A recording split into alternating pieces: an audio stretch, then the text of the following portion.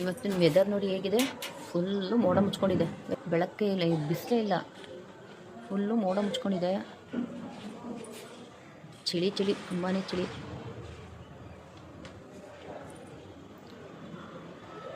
ಇವತ್ತು ತುಂಬಾ weather cold ಇದೆ. ನಿಮ್ಗೆ ತೋರಿಸಿದ್ನಿ ನಾನು. ತುಂಬ ಅಂದರೆ ತುಂಬಾ ಕೋಲ್ಡ್ ಇದೆ.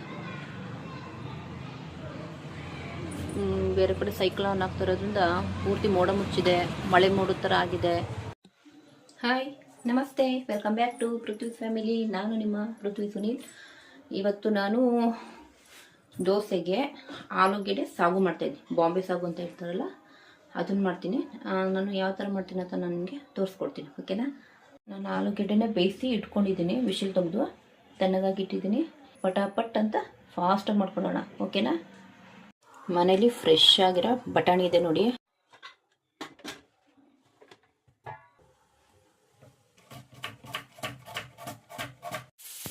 ಉಪ್ಪಿನ ಮಸಾಲೆ ಇದೆ,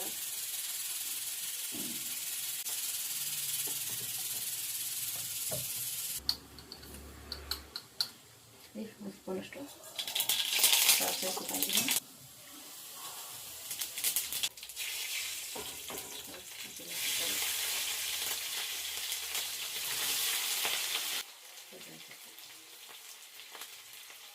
ಈರುಳ್ಳಿ ಬೇಯಿಸಿದಂತ ಒಂದು ಸ್ಪೂನು ಚಟ್ನಿ, ಒಂದು ಸ್ಪೂನಷ್ಟು ಶುಂಠಿ ಮತ್ತು ಬೆಳ್ಳುಳ್ಳಿ ಪೇಸ್ಟ್ ಹಾಕ್ತಾ ಇದ್ದೀನಿ.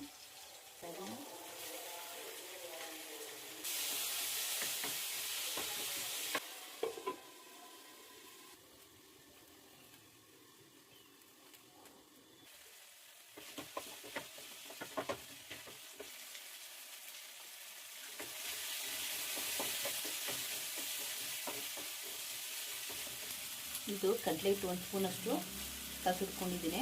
ಒಂಚೂರು ಗಂಟಿಲ್ದಂಗೆ ಕಸಿಟ್ಕೋಬೇಕು. ನೀಟಾಗಿ ಸೇರಿಸ್ಕೊಳ್ತಾ ಇದ್ದೀನಿ.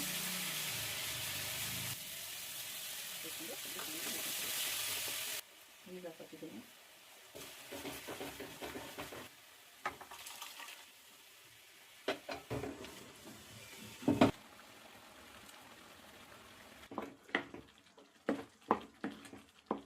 ಗ್ರೇವಿ ಗಟ್ಟಿ ಆಯ್ತಂದರೆ ಒಂದು ಸ್ವಲ್ಪ ನೀರನ್ನು ಸೇರಿಸ್ಕೋಬೋದು.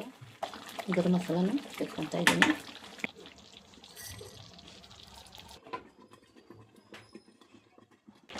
ಫೈನಲಾಗಿ ಆಲೂ ಸಾಗು ರೆಡಿ ಆಯಿತು.